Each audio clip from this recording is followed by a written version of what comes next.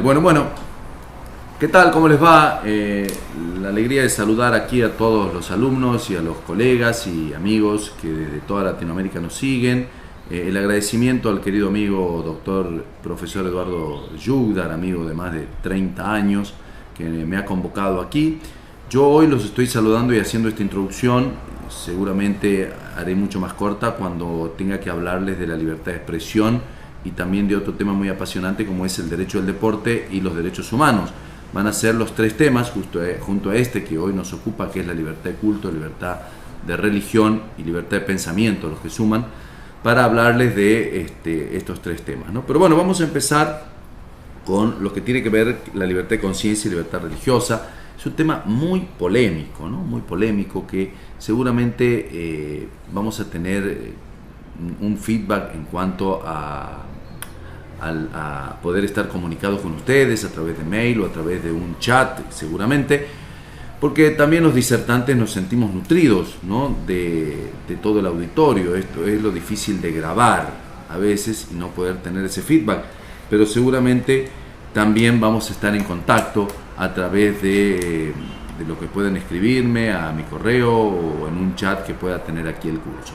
Hablaba de lo difícil que es discutir estos temas, ¿no? Yo tenía un gran profesor de Derecho Procesal, el doctor Lino Palacios, recuerdo siempre que les preguntábamos, un hombre ya octogenario, si cómo estaba tan bien, y nos decía: yo no discuto, por eso es que me mantengo tan bien, ¿no? Y alguien saltó y le dijo: pero no, doctor, no puede ser. Bueno, si usted cree que no puede ser, no puede ser, lo dijo así. Es que en este tema, sobre todo ya nuestros mayores, nuestros padres y nuestros abuelos, ustedes recordarán siempre, nos decían que sobre fútbol, sobre política y sobre religión no se debe discutir. Y es una gran verdad, ¿no? Así también se ha considerado la libertad de pensamiento dentro de todo ello, ¿no? Y pensar, sin ningún lugar a duda, es el derecho fundamental por excelencia. Ya lo vamos a ir hablando esto, pero pensar, decía el filósofo, es pienso y luego existo. O sea que para hacer algo, para tomar decisiones, lo primero que debe hacer un ser humano en la vida es pensar, ¿no? Ya siempre me lo replica mi esposa cuando me manda alguna macana diciéndome: pensar no duele. Y eso también es una frase que tiene que hacernos de alguna manera un ruido en nuestros oídos. Ahora sí entramos de lleno en lo que tiene que ver el artículo 12 de nuestra Convención Americana de Derechos Humanos, y quiero leerles porque tiene 4 ítems en los cuales los iremos desmenuzando uno por uno para hablarles de la riqueza que tiene este tema dentro de los derechos humanos. El artículo 12, libertad de conciencia y de religión, que se titula, manifiesta: toda persona tiene derecho a la libertad de conciencia y de religión, y este derecho implica la libertad de conservar su religión o sus creencias, que no es lo mismo, ya estaremos viendo, o de cambiar de religión o de creencias, así como la libertad de profesar y divulgar su religión o sus creencias, individual o colectivamente, tanto en público como en privado.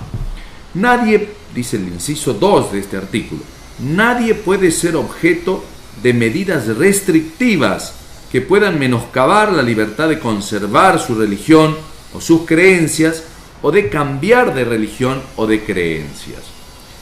El inciso 3 del artículo manifiesta: la libertad de manifestar la propia religión y las propias creencias está sujeta únicamente a las limitaciones prescritas por la ley que sean necesarias para proteger la seguridad, el orden, la educación religiosa y moral, también, por supuesto, la salud, los derechos o libertades de los demás. Y en el último, el 4º inciso, dice así, tema que abordaremos con amplitud porque tenemos hechos muy recientes: los padres, y en su caso los tutores, tienen derecho a que sus hijos o pupilos reciban la educación religiosa y moral que esté de acuerdo con sus propias convicciones. Tema para hablar muchísimo con respecto a la secularización de la educación, que hoy en Argentina sobre todo estamos teniendo un debate que ha llegado a la Corte Suprema de Justicia de la Nación por una reforma constitucional, constitucional que ha planteado la Asociación Permanente de Derechos Humanos ante el amparo iniciado por una provincia del norte de la Argentina, la provincia de Salta, que invita a que las escuelas públicas enseñen la religión católica. Quiero decirles antes que nada que soy católico, practicante, pero que también atento a la ley voy a manifestar mis opiniones. Opiniones que con todo el respeto deben ser tenidas, y como también aceptaré las opiniones de los demás cuando podamos tener ese intercambio en el diálogo.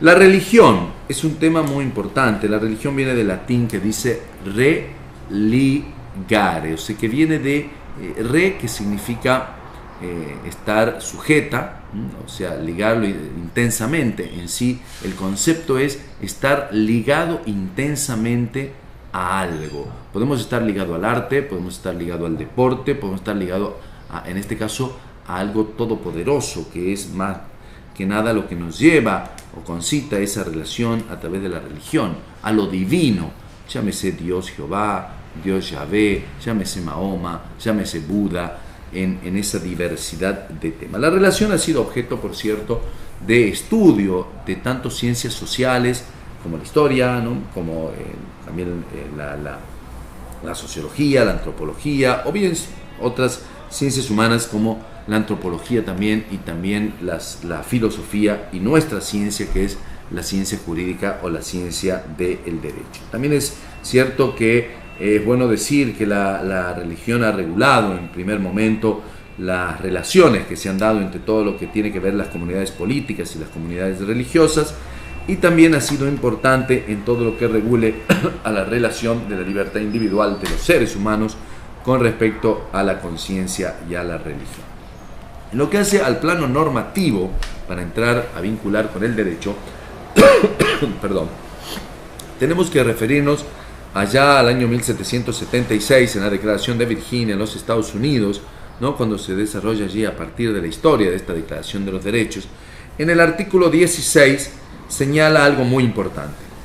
La religión o el deber que tenemos para con nuestro Creador, dice la norma, y la manera de cumplirlo solo puede regirse por la razón y la convicción, no por la fuerza o la violencia.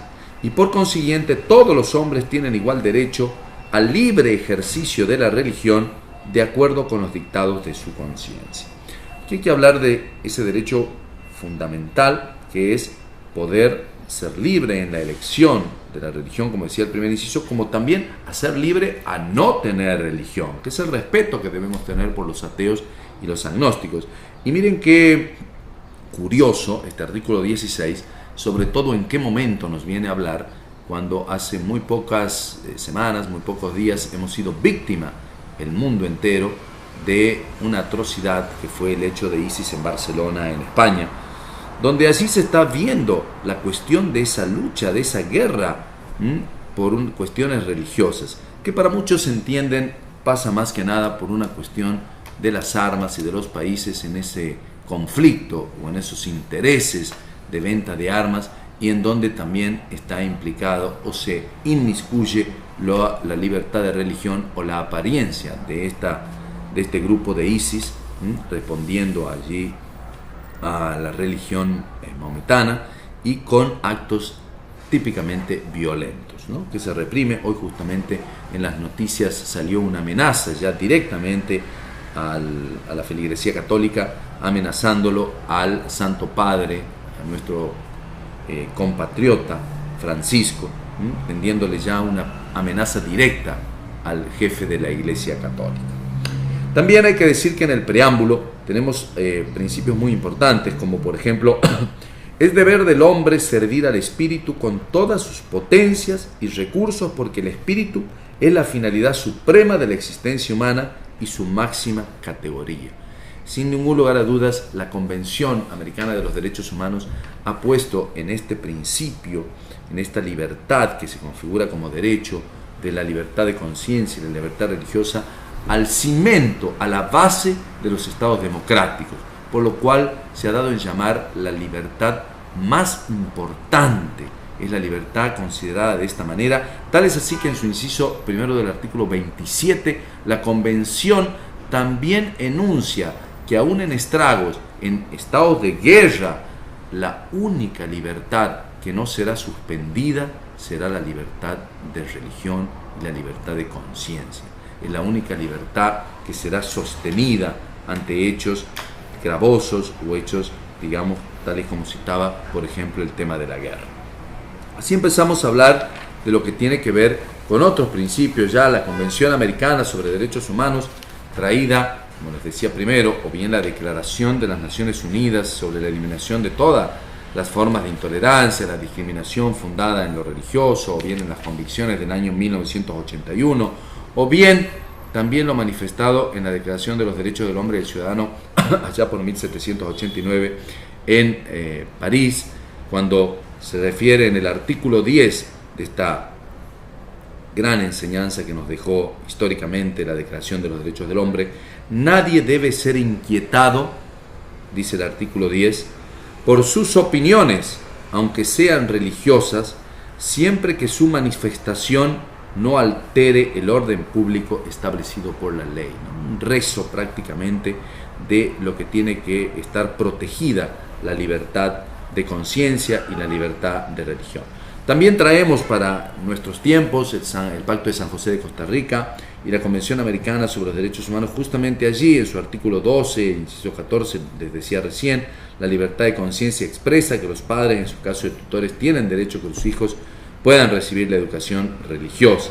Pero también el Pacto Internacional de Derechos Económicos, Sociales y Culturales, el famoso Pacto DESC, en su artículo 13.3, que dice que los Estados partes en el presente pacto se comprometen a respetar la libertad de los padres y, en su caso, a los tutores legales, de escoger para sus hijos o pupilos escuelas distintas de las creadas por las autoridades públicas y de hacer que sus hijos o pupilos reciban educación religiosa o moral que esté de acuerdo con sus propias convicciones. Cosa que vamos a analizarla luego, porque también no es tanto así con algunas reformas que se han dado en otros estados.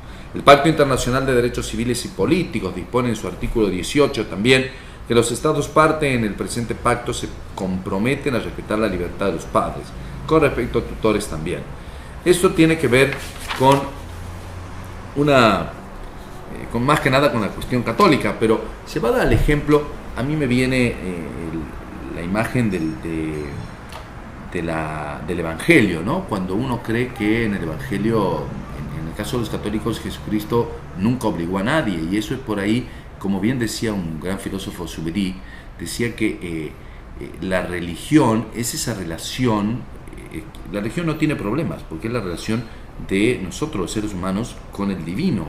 Por ahí los problemas los tienen las instituciones religiosas, que son las que están cargadas actualmente de problemas y de conflictos, o bien si están bien vistas o mal vistas, pero la religión está bien vista porque es esa relación personal de lo divino que tiene el ser humano. Y es por ello que a veces estas instituciones son las que tergiversan algunas cosas, porque si uno va al Evangelio, Jesús jamás obligó a nadie. Es más, él dijo: el que quiera seguirme, cargue su cruz y me siga. O bien también lo dijo en Juan 18, 33, 37, dad al César lo que es del César y dad a Dios lo que es de Dios.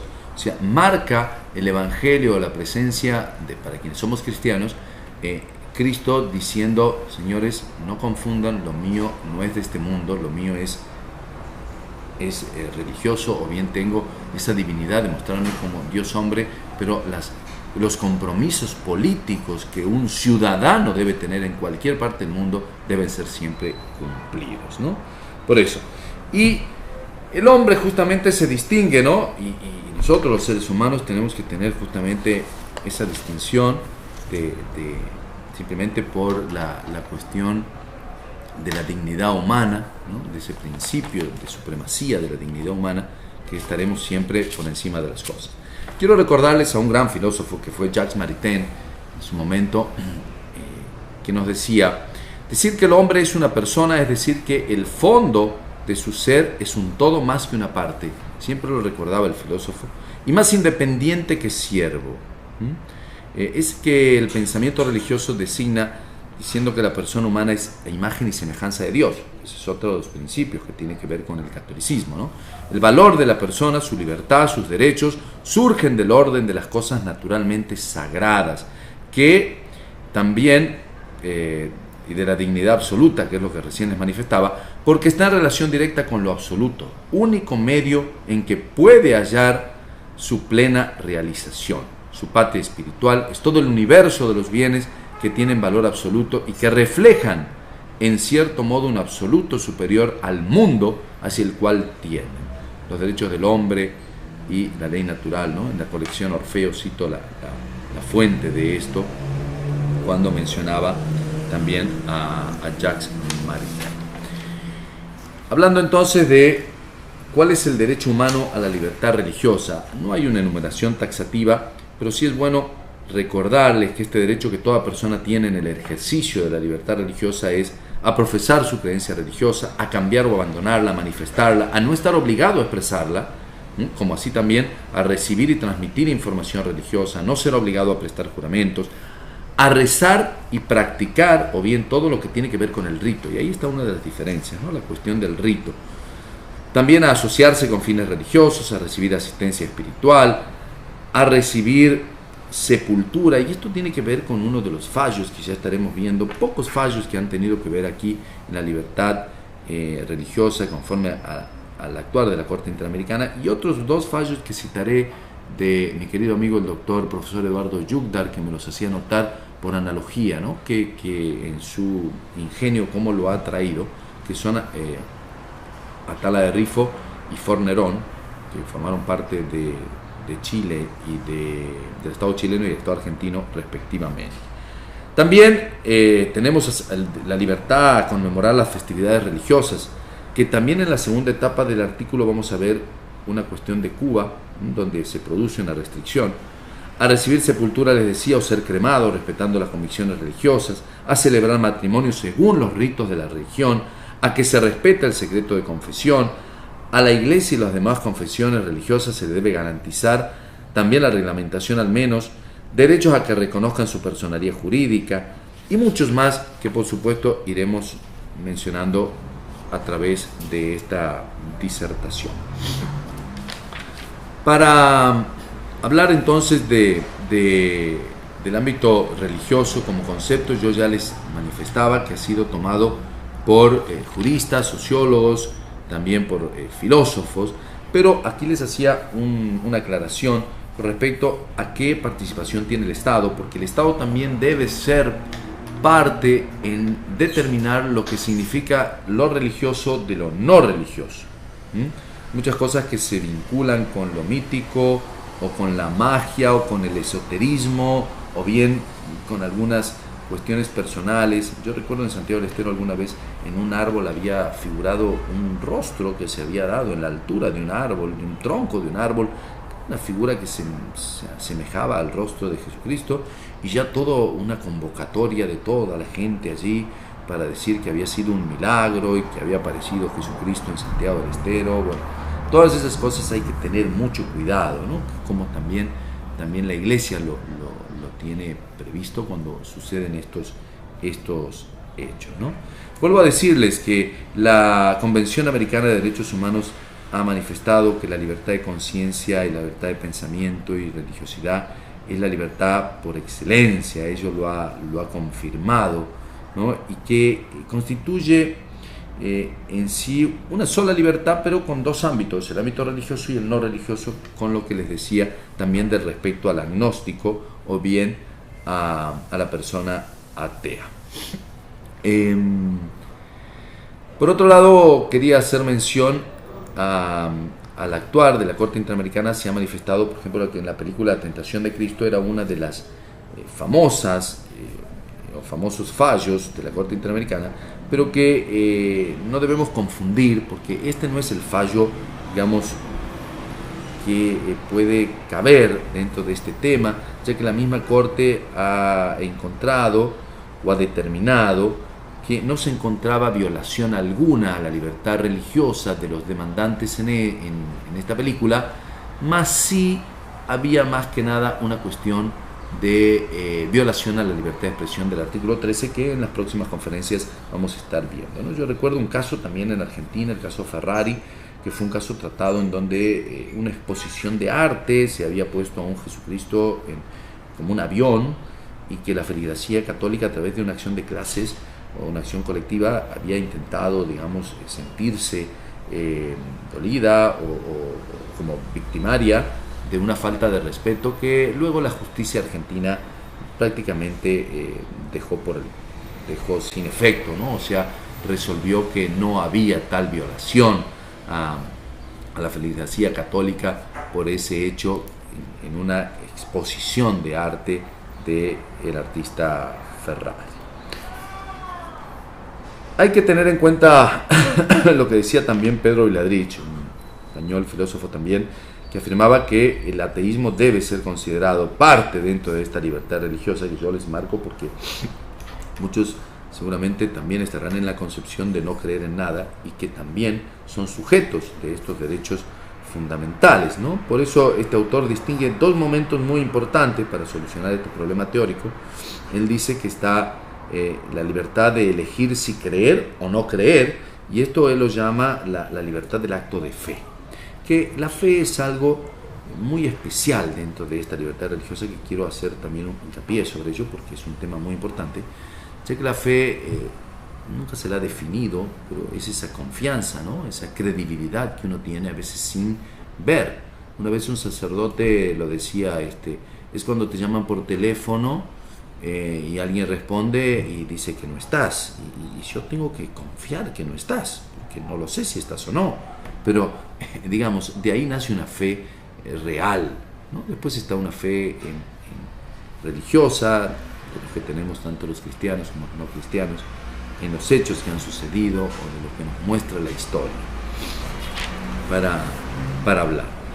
Muy bien, esto con respecto a entrar ya a otro tema, que es el tema de la titularidad y la dimensión positiva de la libertad de la religión en Islam.